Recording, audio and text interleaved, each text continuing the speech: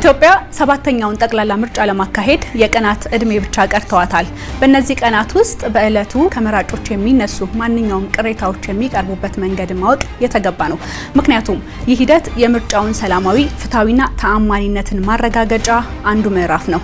እኛም ዛሬ በድምጽ መስጫ ቀን የሚኖሩ ማንኛውም ቅሬታ እንዴት ይቀርባል ስንል ቆይታ እናደርግበታለን።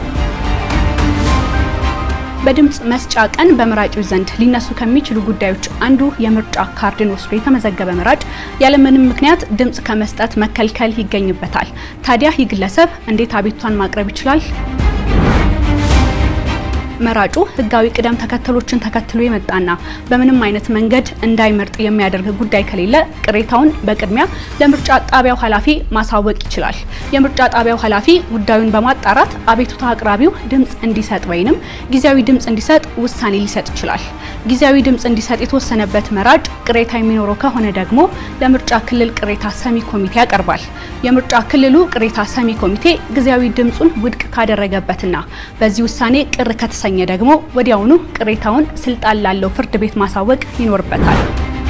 ጉዳዩን ወደ ፍርድ ቤት የወሰደ መራጭ በምርጫ ክልሉ ቅሬታ ሰሚ ኮሚቴ ወይንም ስልጣን ላለው ፍርድ ቤት የመምረጥ መብት እንዳለው የሚገልጽ ውሳኔ የድምጽ መደመሩ ከመጠናቀቁ በፊት የምርጫ ክልል ማቅረብ በህጋዊ መሰረት ቅሬታውን መፍታትም ይችላል።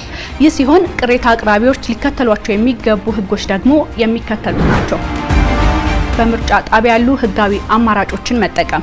ቅሬታዎች ሲያጋጥሙ መጀመሪያ መፍትሄ መፈለግ ያለበት ችግሩ በተከሰተበት የምርጫ ጣቢያ ላይ ነው።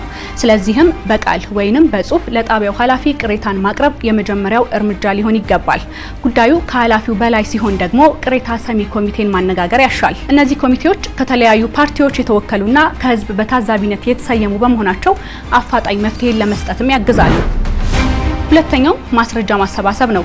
ቅሬታው በግምት ላይ የተመሰረተ ሳይሆን በተጨባጭ ማስረጃ የታገዘ እንዲሆን ምስክሮች እንደ ቃል፣ ሰነድ ወይንም ህጋዊ የሆኑ ቪዲዮና ፎቶ ማስረጃዎችን መያዝ የተገባ ነው። ሶስተኛው የህግ የበላይነትን ማክበር ነው። የምርጫ አስፈጻሚዎች የሚሰጡትን ማንኛውም ጊዜያዊ ውሳኔዎችን ተቀብሎ ቅሬታ ካለ ወደ ላይኛው መዋቅር በይግባኝ ደረጃ ማቅረብ ይቻላል። በምርጫ ጣቢያ ለሚኖሩ ህጎች መገዛትም በዚህ ሂደት ውስጥ የተገባ ይሆናል። አራተኛው የደረጃ በደረጃ ቅሬታ መዋቅርን መከተል ነው። ይህ ፍጹም ሊጣስ የማይገባ ደረጃ ሲሆን በምርጫ ጣቢያው ደረጃ መፍትሄ ያላገኙ ቅሬታዎች በህጉ መሰረት ወደ ላይኛው መዋቅር በፍጥነት ማሻገር ያስፈልጋል። በህጋዊ መሰረት የምርጫ ካርድ ወስዶ ለመምረጥ የተዘጋጀ መራጭ በምርጫው ዕለት ለሚኖሩ ማንኛውም ቅሬታዎች ህግና ስርዓትን ባከበረ መንገድ ቅሬታውን የማቅረብ ሙሉ መብት ያለው ሲሆን መብቱን ለመጠቀም የሚሄድበት መንገድ ግን ህግና ስርዓትን የተከተለ ይሆን ዘንድም የተገባ ነው።